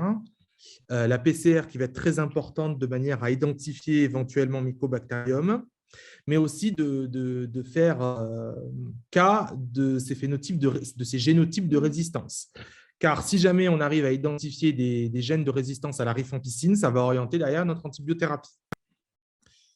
Ensuite, en ce qui concerne, je crois que c'est Cédric qui a dit ça, la recherche VIH, effectivement, elle doit être systématiquement recherchée, car ça peut être une des causes de la réactivation en tuberculose maladie. Donc, effectivement, ça ne mange pas de pain de le faire. On ne l'a pas mis, mais effectivement, c'est l'idée. Voilà, donc, et après, au niveau de la biochimie, les catalases, oxydases, l'acide nicotinique. Mais bon, déjà, si vous voyez un bar et que ça pousse sur les milieux solides et liquides. Ouais, c'est ça. Antigène MTP64, ouais. Ça se fait, ouais. Voilà, bon, après, on détaille plus dans la grande correction. Mais tout ce que vous avez dit, c'est bien. C'est ça. Mais c'est ce qu'on a mis sur antigène. Hein. Voilà. MTP64, c'est vraiment du détail, quoi. Mais effectivement, c'est ça. Il faut vraiment axer sur la culture pour un laboratoire P3. Voilà, donc c'est des choses qui sont…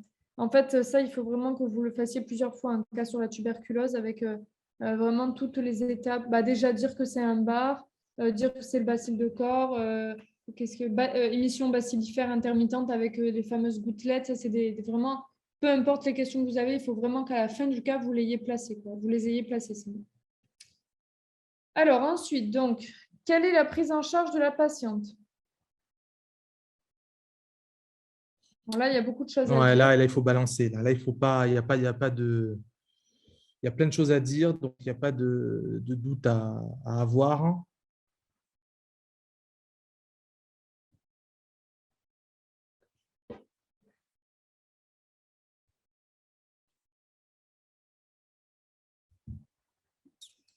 Alors, quadrithérapie, isolement R, isolement, très bien. Alors, la thérapie, on attend, on fait comment? C'est une prise en charge qui doit être comment? Qui doit être très rapide, hein, d'accord? C'est une prise en charge qui nécessite un délai d'action extrêmement rapide de manière à limiter et la propagation et soigner évidemment le patient. Alors là, juste, en fait, quand là, du coup, vous nous donnez des réponses, mais il faut quand même cadrer vos réponses. Structurer là. Structurer. Donc déjà, avant tout traitement, on fait un bilan surtout là, un bilan préthérapeutique, avec l'exploration de la fonction rénale, les transaminases, la recherche de grossesse chez la femme en âge de procréer, le dosage de l'uricémie, des sérologies qui sont proposées, donc comme tu l'as dit tout à l'heure, le VIH, HPV, tout ça, qui peuvent expliquer en fait la réactivation à l'immunodépression. Un fond d'œil, en fait, tout le bilan préthérapeutique est basé sur les potentiels effets secondaires du traitement. Le fond d'œil, tout ça, donc ça c'est surtout pour l'éthambutol.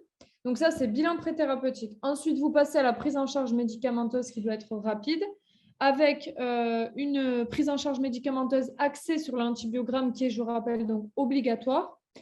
Vous devez voir si votre souche elle est multirésistante. Si elle est multirésistante, ça veut dire qu'elle résiste à la rifampicine et à l'isoniazide.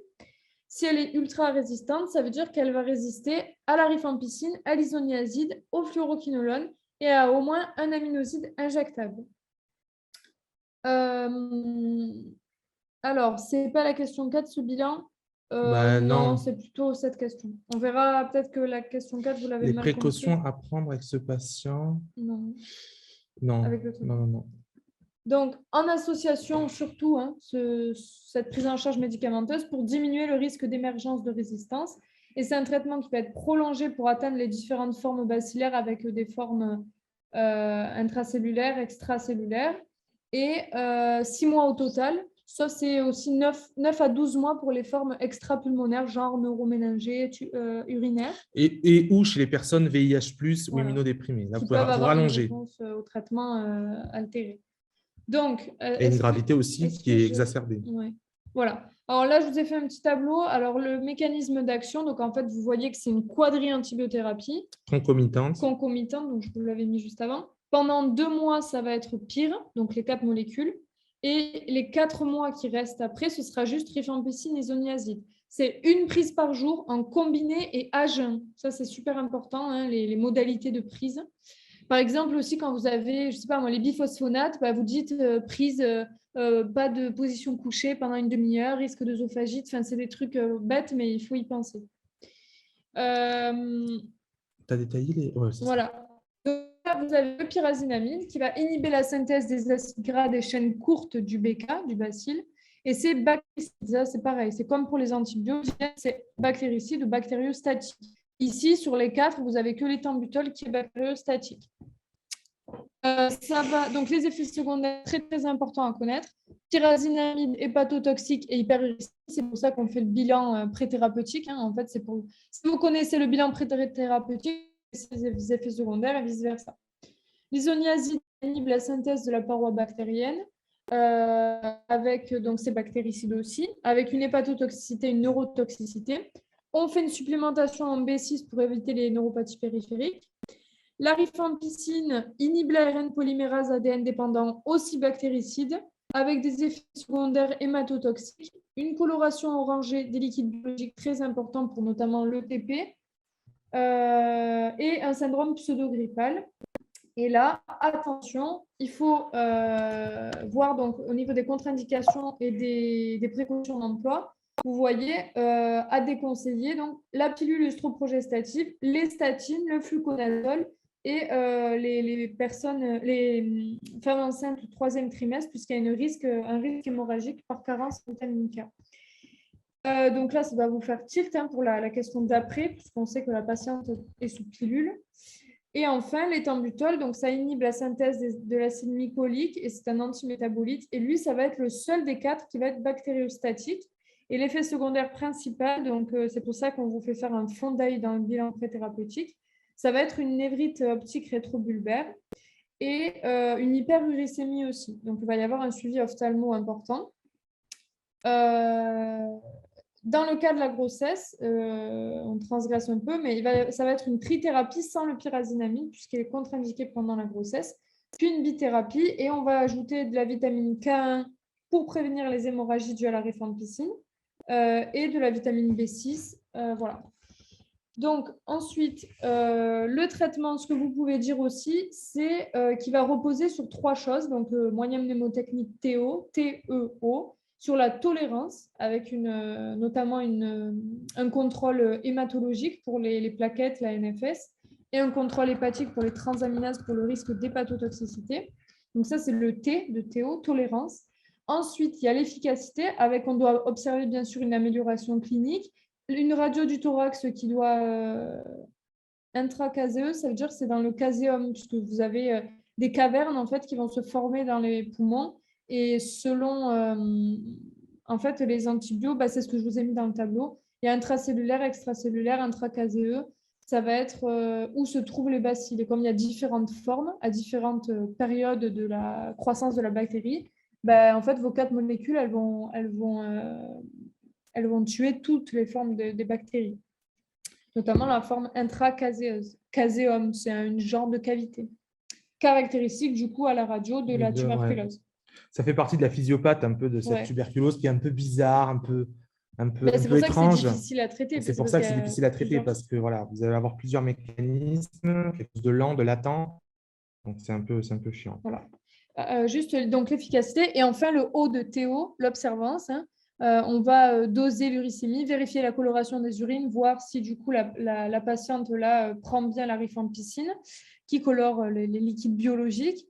Voilà, il faut vraiment que le traitement soit donné de manière efficace, sachant qu'en plus, vous êtes contagieux encore 1 à 3 semaines après la mise sous traitement. Et on va éviter, comme c'est une maladie qui se donne quand même assez facilement par les gouttelettes de Pluj, on va avoir dans les familles, si une des personnes de la famille prend mal son traitement, ça va diffuser aux autres personnes, tout ça. Donc, il y a un véritable enjeu de santé publique, notamment au niveau de la déclaration de la maladie comme MDO, un isolement, vous l'avez dit tout à l'heure, respiratoire des patients contagieux, et la levée de l'isolement s'il y a une négativation de l'examen direct et ou une amélioration clinique du patient. Il y a aussi on prévient aussi de plus en plus maintenant, c'est même, il me semble, une obligation au milieu hospitalier, de prévenir le CLAT. Le CLAT, c'est CLAT, c'est le Centre de lutte contre les infections tuberculeuses, qui doit être systématiquement prévenu de manière à prévenir les contaminations nosocomiales tuberculeuses, mais aussi d'assurer un suivi des patients atteints de la tuberculose par des infectiologues spécialisés en tuberculose, et du coup de faire des suivis réguliers de la tolérance et de l'efficacité thérapeutique. Et après aussi, en fait, c'est grâce à ça aussi qu'on a changé les politiques vaccinales notamment. Alors, avant, c'était obligatoire et maintenant, c'est recommandé. Et en fait, on s'est rendu compte par les déclarations nombreuses en Île-de-France qu'il fallait rendre quand même recommandé la vaccination contre le BCG dans les régions comme l'Île-de-France, parce qu'il y a quand même une grosse partie de la population qui est, enfin pas une grosse partie, mais il y a une grosse partie des migrants qui vont en Île-de-France et les migrants souvent ne sont pas vaccinés. Et il y a des foyers importants en Île-de-France notamment, et du coup, ça pose des problèmes de santé publique. C'est pour ça qu'on incite les gens à se faire vacciner, surtout en Île-de-France. Le prenez pas mal les Parisiens, vraiment. Hein. Et donc, la question 4, du coup, quelles sont les précautions à prendre avec le traitement de la patiente? Donc là, le traitement, je vous rappelle, elle était sous pilule. Donc, c'était ça vraiment qui était attendu à la question 4. Hein. C'est quelles sont les précautions? Je ne sais pas si c'était vraiment ça la question. Oui, c'était ça. Quelles sont les précautions à prendre avec le traitement de la patiente? Donc là, effectivement, le traitement de la patiente, ça fait référence à son traitement chronique, à savoir l'œstroprogestative ou l'œstroprogestative. Donc voilà, est dû à l'interaction à l'induction enzymatique de la rifampicine. Comme les deux agissent et sont métabolisés par les mêmes cytochromes, on va avoir donc une augmentation de l'activité enzymatique et du coup, une diminution des concentrations plasmatiques, du coup, ce qui fait que la patiente n'est plus sous contraception et du coup, il y a un risque de grossesse. Et derrière, donc, vous allez avoir tous les problèmes qui en découlent. Et en plus, elle est sous pyrazinamide et c'est contre-indiqué lors de la grossesse. Voilà, donc c'est ça en fait. C'est derrière, vous allez avoir un gros risque malformatif et tératogène. Et c'est très dommage en fait d'arriver à des interruptions médicales de grossesse suite à une interaction médicamenteuse qui paraît anodine, mais qui a des conséquences cliniques importantes. D'où le rôle important du pharmacien. D'où le rôle Dans de la pharmacie l'action. clinique, effectivement. Et donc, les solutions, ça peut être la médroxyprogestérone intramusculaire pour remplacer du coup cette pilule, ou une méthode mécanique, un préservatif stérilé, ou en dernier recours, mais bon, ça, vous êtes obligé de le mettre, un contraceptif oral qui est fortement dosé en oestrogène pour compenser cette induction Mais du pendant coup, la durée du traitement. voilà, du coup, après, derrière, ça... Ouais, c'est délicat, quoi. C'est délicat. Et puis, bon, souvent, après, il y a toujours un peu la notion, surtout chez des personnes qui sont, comment on appelle ça, qui sont en précarité sociale, de la compréhension, en fait, de cette induction enzymatique. Et parfois, ils ne comprennent pas forcément enfin, ils ne voient pas le problème. En fait, ils disent, bah oui, je prends ma pilule, où est le problème, quoi. Donc, derrière, c'est assez compliqué lorsqu'il y a quelqu'un sous pilule et qui sont, enfin, que une méthode contraceptive qui leur convient, de leur faire changer sous prétexte qu'ils prennent en plus un traitement contraignant, quoi. Donc, ça fait un peu double peine chez ces personnes-là qui souvent ont du mal à comprendre pourquoi on leur interdit la pilule, quoi. Et dernière question, donc citer 3 facteurs favorisant la survenue de cette affection, donc la tuberculose. Donc une infection au VIH ou une immunodépression. Donc ça, on en a parlé juste avant. C'est pour ça qu'on va tester, on va faire des sérologies en fait virales pour voir d'où vient cette réactivation, mais elle peut ne pas s'expliquer juste par la reprise évolutive de la maladie. La précarité sociale, donc on vient d'en parler, avec donc une recommandation du vaccin dans ces populations, et en Île-de-France notamment, et en Guyane, pour les enfants aussi. Et la provenance d'un pays de forte endémie, avec, comme là, la dame était de Guyane, et elle a pu être du coup primo-infectée dans son enfance. Alors, en fait, les pays de forte endémie, c'est des pays souvent qui sont en voie de développement, des pays dans lesquels il y a des fortes densités de population. Donc, Pas vaccinée, pas bien sûr. vaccinés, voilà. Donc là, en fait, ce qu'on retrouve souvent, c'est des pays, il y a des pays, tous les pays un peu d'Afrique du Nord, Égypte incluse, les pays également un peu de l'Est. Donc, on va retrouver ces fortes Mais à l'internat, densités. vous aurez souvent, je pense, Île-de-France. Ouais, Île-de-France, c'est ce qui est le plus fréquent. On peut parler aussi de cas autochtones, hein, ça c'est pas mal comme mot-clé aussi. Autochtones ou d'importation. Donc là, en l'occurrence, la Guyane faisant partie de la France, on parle bien de cas un peu autochtones. Mais si vous avez quelqu'un qui vient d'Afrique du Nord ou quoi, vous parlez de cas d'importation. Ça, c'est pas mal aussi en mot-clé. Si c'est un cas qui est présent dans le territoire, on parlera plus de cas autochtones. Ça marche parfaitement bien avec les parasitoses. Parasitose autochtone, parasitose d'importation. Donc ça, c'est des mots-clés qui sont hyper importants en infectiologie. Ensuite, je voulais juste vous montrer un dernier petit truc avant de clôturer. C'est tout ce qui est suivi des patients sous traitement antituberculeux. Donc, on va avoir des médicaments qui vont, comme l'a dit Charlène, augmenter certains facteurs biologiques, certaines transaminases, qui provoquent aussi des hyperglycémies, qui provoquent aussi des névrites optiques rétrobulbaires. Donc, vous allez avoir un suivi qui va se faire initialement avec des consultations en CLAT, avec des recherches de bacilles de corps et des radios du thorax, pour apprécier et l'efficacité clinique et la surveillance des effets secondaires de la thérapeutique. Donc, vous allez avoir, par exemple, pour les tangbutols, le suivi ophtalmo, les transaminases pour les hépatotox de la pyrazinamide et de l'isoniazide, c'est ça. NFS plaquettes pour tout ce qui va être lié à la rifampicine. Après, vous pouvez faire des recherches uricémiques. Bref, vous allez avoir un suivi qui va être important et nécessaire sur la durée. Ensuite, bon, voilà, vous allez avoir ça. Ça, c'est le site de l'ordoscopie qui est assez bien fait. Et voilà. Et ensuite, si jamais vous allez avoir, par exemple, des résistances ou alors directement des intolérances ou des effets secondaires liés aux toxicités, que ce soit hépatique ou ophtalmologique, derrière, ne pas oublier cette déclaration à la pharmacovigilance. D'accord ? Voilà pour ces cas de pneumopathie. Est-ce que vous avez des questions ?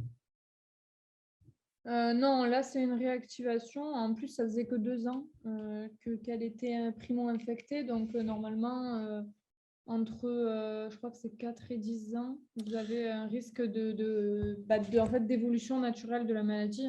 Soit vous êtes chanceux et elle ne se transforme pas en tuberculose maladie, soit vous n'êtes pas chanceux et elle se transforme en tuberculose maladie. Donc, soit par l'âge, vous vieillissez, donc votre immunité est moins solide, soit par le VIH, une immunodépression, soit par une reprise juste évolutive de la maladie.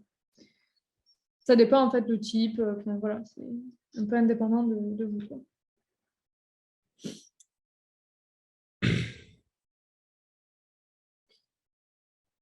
La prise en charge de la rifampicine pilule, soit en fait on va switcher avec des moyens méthylprogestérone intramusculaire pour remplacer la pilule, ou des moyens mécaniques comme le stérilet, ou en dernier recours une pilule œstroprogestative très dosée. Voilà. Pourquoi on fait l'injection de la méthylprednisone? C'est tout simplement le métabolite actif qui est passé après le cytochrome, en fait. Tout simplement. Hein. Donc, ça ne peut pas être induit parce qu'on a donné en fait l'étape d'après, qui n'a pas besoin d'une métabolisation par cytochrome. Et puis par voie IM, voilà. J'ai mis dans l'enfance ou il me semblait il y a 2 ans? Alors, les spectres antibiotiques, je vous ai donné une fiche, il me semble, sur le drive.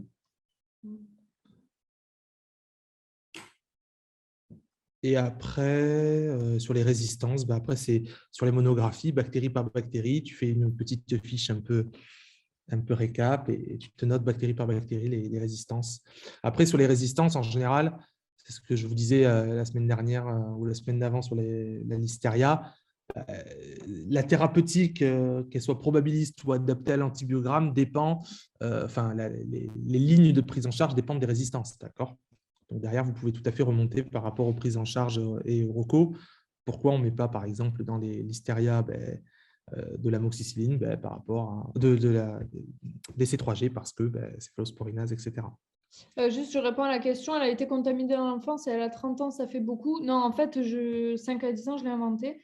Ça n'existe pas. C'est juste, en fait, il n'y a pas de limite. Vous pouvez avoir une primo-infection dans l'enfance et le grand âge. Donc, quand on dit grand âge, c'est au moins 75, 80 ans. Et si vous avez été contaminé dans l'enfance, vous pouvez très bien le réactiver vieux, en fait. Donc, il n'y a pas de limite d'âge qui est donnée.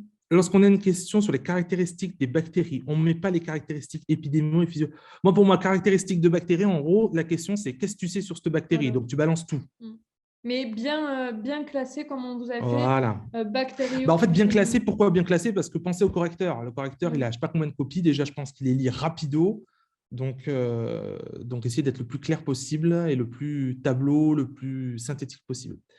Ensuite, concernant le bleu de Prusse, on en a bien parlé, il me semble, en conférence. Et il me semble qu'on l'a dit. C'est sûr qu'on en a parlé s'il était sur le diapo, après peut-être qu'on l'a oublié dans la correction que vous avez eue. Mais on en a parlé, effectivement, bleu de Prusse pour les infections, pour les radioéléments et surtout le thallium. Ouais. On en a parlé, c'est sûr. Il me semble. Hein. Oui. Pourriez-vous publier, s'il vous plaît, les diapos qui sont vraiment pas mal? Ah oui, on les a pas mis, on n'a pas les diapos. J'ai peut-être pas. Bon, vous mettez les diapos. On va tout renvoyer. En fait, le truc, c'est comme nous, les diapos, on les fait et après, on vous donne un compte rendu et que c'est à peu près pareil. On ne voit pas trop l'intérêt de vous mettre les diapos. Oui, mais si vous les réclamez, il n'y a pas de souci, on vous les donne.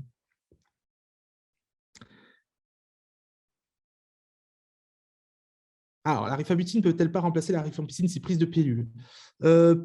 Il me semble que oui, mais à vrai dire, ça fait un peu chier de mettre de la rifabutine, qui est comme une molécule de deuxième ligne et qui potentiellement a une efficacité sur la tuberculose en cas de résistance ou autre, plutôt que de changer la contraception. La contraception, c'est quand même plus facile à changer qu'une molécule antibiotique. Tout ça pour la préserver. Donc, c'est mieux de changer la contraception. Oui, vous en avez parlé, mais pas présent. Ok, désolé. Alors. On va le donner du coup. Et la fiche, je crois que la fiche sur les tableaux, c'est une fiche avec les spectres. Bon, vous la retrouvez sur Internet. Hein, et j'en avais parlé sur ma première conférence sur les maladies des personnes âgées. Donc, au pire, tu vas sur la vidéo. J'en ai parlé, je crois, vers la fin et tu screens ma fiche, hein, tout simplement. Mais il me semblait vous l'avoir donné.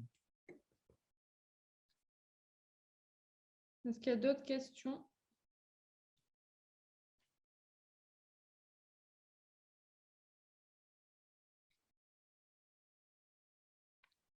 Après, voilà, on peut toujours essayer de réviser aussi tout ce qui peut être deuxième et troisième ligne thérapeutique en cas d'hépatite d'origine iatrogène sur la quadrithérapie. Si jamais vous avez une intolérance ou une réaction à un des quatre antibiotiques antituberculeux, ben, réfléchissez à comment vous faites les switches, comment vous faites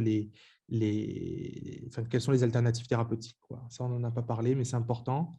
Peut-être qu'on vous mettra 2-3 éléments dessus, mais sinon, quoi, Et pensez bien à chaque fois que vous avez une infection ou quoi, à la femme enceinte, parce que ça peut vraiment tomber et ça vous change carrément le traitement. Genre là, il ne faut pas donner de pyrazinamide, il faut supplémenter en vitamine K1 pour éviter le risque d'hémorragie. Pareil, bah, nous, cette année, c'est tombé pyélonéphrite chez la femme enceinte. Il ne faut vraiment pas négliger, comme tout à l'heure, les antihypertenseurs chez la femme enceinte. Enfin, voilà, il y a vraiment des choses... C'est hyper important parce que ça vous change tout sur la thérapeutique. Et puis, il faut expliquer quand Enfin, même... très souvent, pas tout le temps, mais ça nous change quand Ouais, même mais beaucoup de choses. généralement, c'est quand même, il y a une adaptation à faire. Puisqu'il y a beaucoup de médicaments contre-indiqués. Donc, Et quand il n'y a pas de médicaments contre-indiqués, ben, mettez utilisable chez la femme enceinte aussi. voilà. Hein. Enfin, voilà, c'est tout. J'ai rien vu sur le Ouais, ben, on diapo des mettra personnes âgées. Tu pourras mettre la... Ok, ça marche. Après, on réitère, hein, mais n'hésitez pas à nous poser des questions sur Discord. Hein, vraiment. Ok, bon, ben, si vous n'avez pas de questions, ben, écoutez, on va vous laisser tranquille. Bon courage pour la colle et bon week-end. Et normalement, on se revoit en octobre pour les endocardites dans un contexte de toxicomanie ou autre. Allez, bon courage pour la colle et puis bon week-end. Bon été. Bon été.